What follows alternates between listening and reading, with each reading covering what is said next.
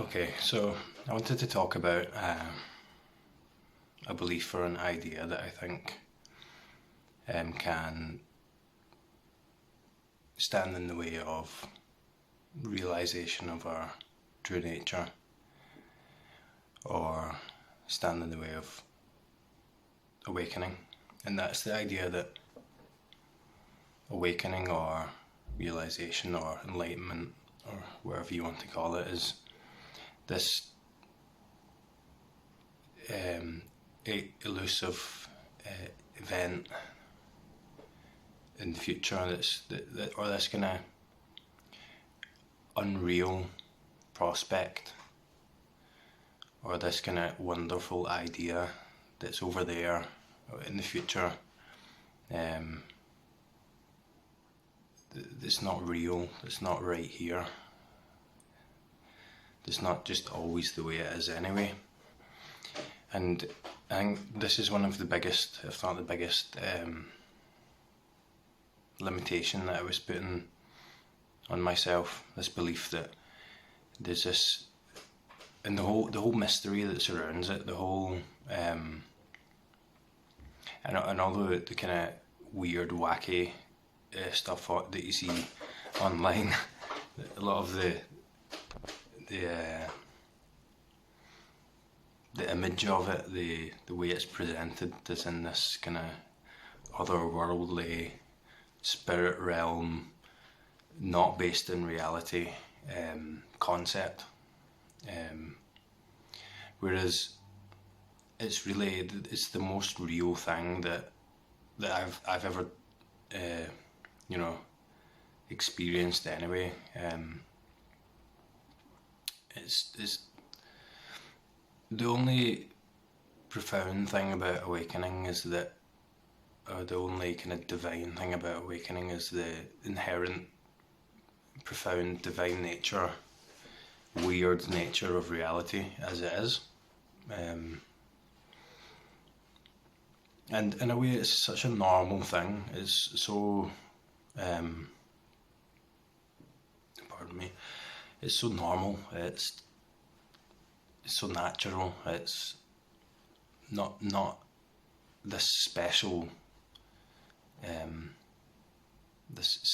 attainment, this special idea. It's just reality. And we convince ourselves that these concepts, this personal journey, is a normal thing, and we overlook the strangeness of reality, without actually ever giving our attention to it fully.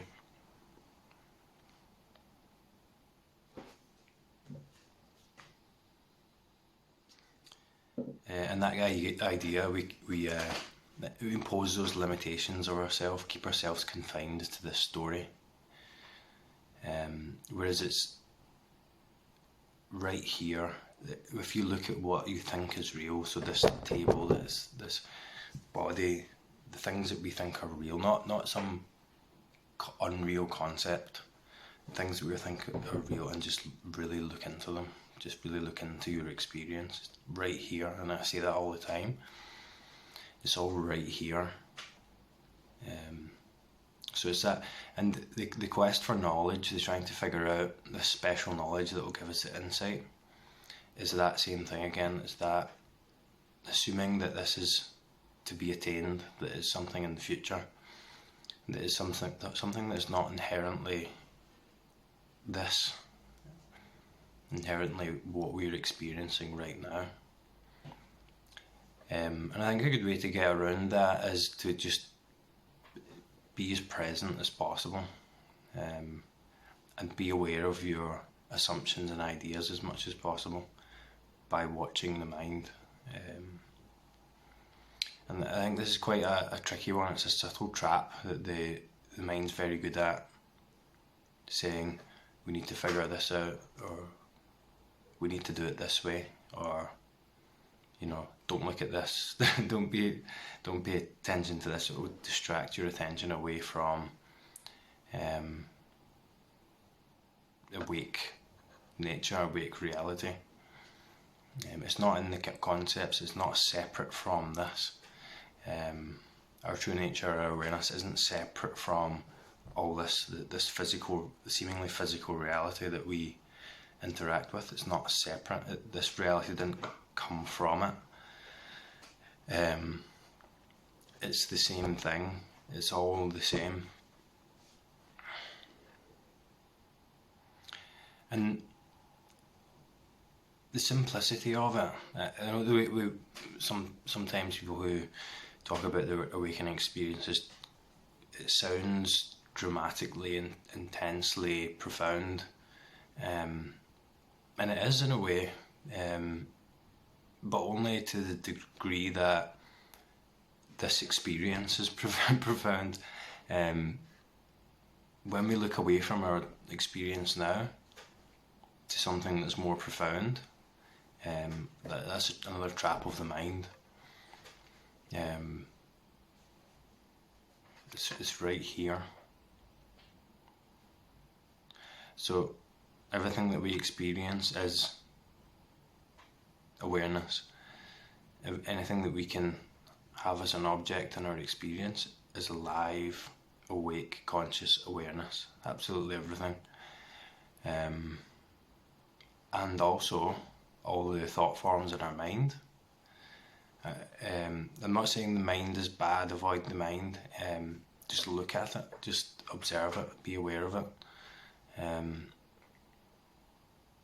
And you can see that that's alive as well. It's awareness as well. It's all, everything, absolutely everything, is divine, let's say.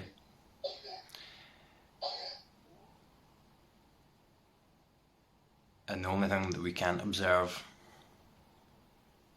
the thing that we are, is that doesn't exist in reality. But interestingly enough, it also kind of does exist. And that's when we hit that paradox that I always talk about. So it's looking for that nothing. It's looking for, if you try and imagine in your mind, try and conceive of non-existence, try and conceive of nothing. And that'll be the true nature trying to look at itself through the mind. And you see, it's impossible to conceive of or imagine nothing.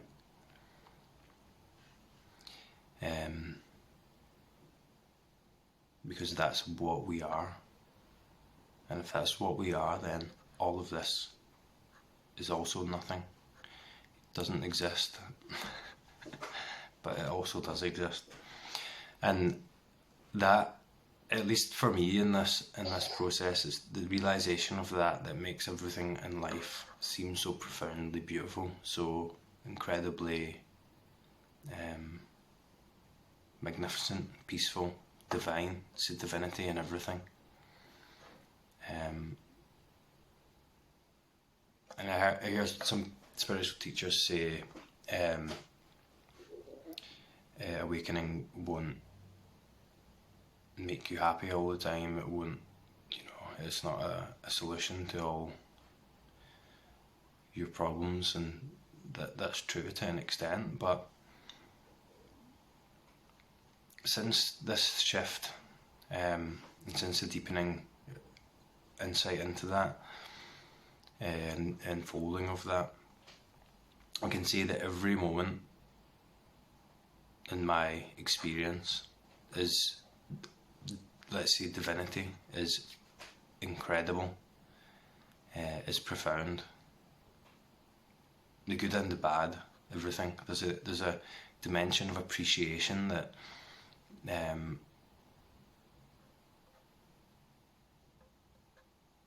I describe it as neutral in nature, but when experienced through the person, there's a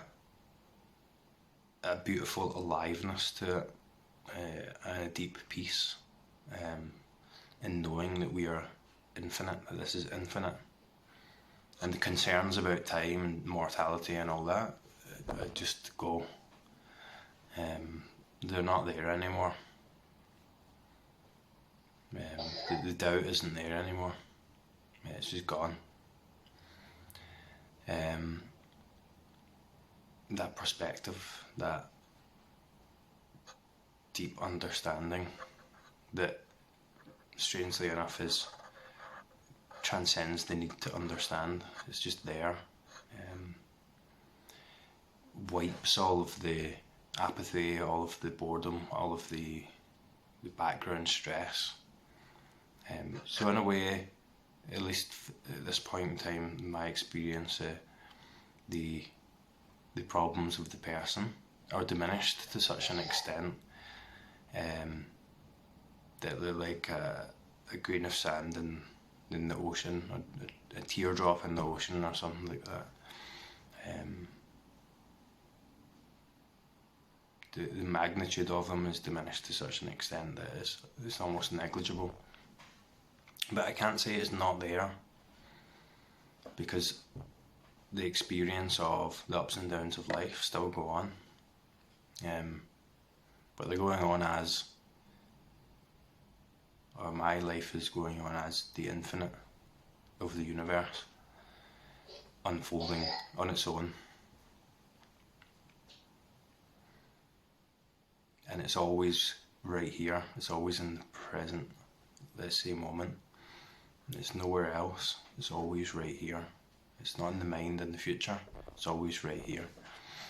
And it's the most real thing. It's more real than reality, if you can say that. I can say that with certainty. It's more real than reality. I'm not referring to something that's more real than reality. I'm referring to reality itself.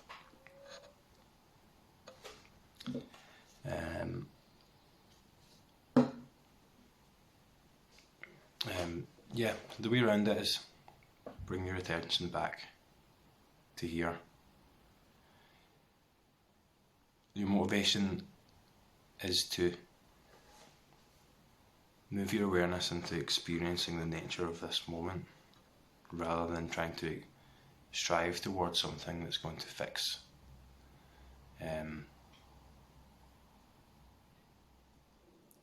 your problems in the future, let's say. And a big part of the reduction of suffering is just the enjoyment of being, the enjoyment of every small part of this one, every little fragment of the experience. Just enjoying life.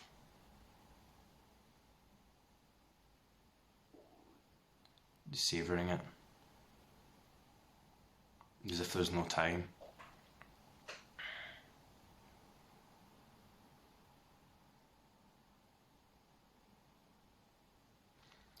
And letting go and just letting the universe take over.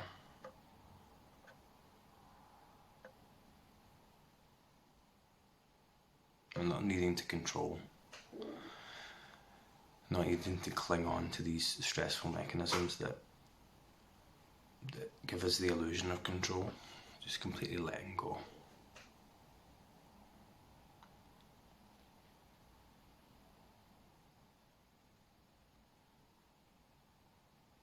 I don't know what to compare it to. It's like when you're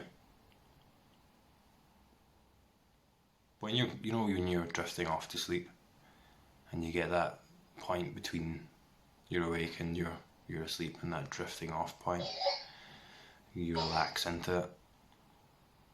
And there's no trying to do something, there's no agenda, there's no I'm going to sleep, there's no concepts. There might be some images in the mind and all that kind of stuff just happening on their own, and we're not in control. It's like that, right here, all the time.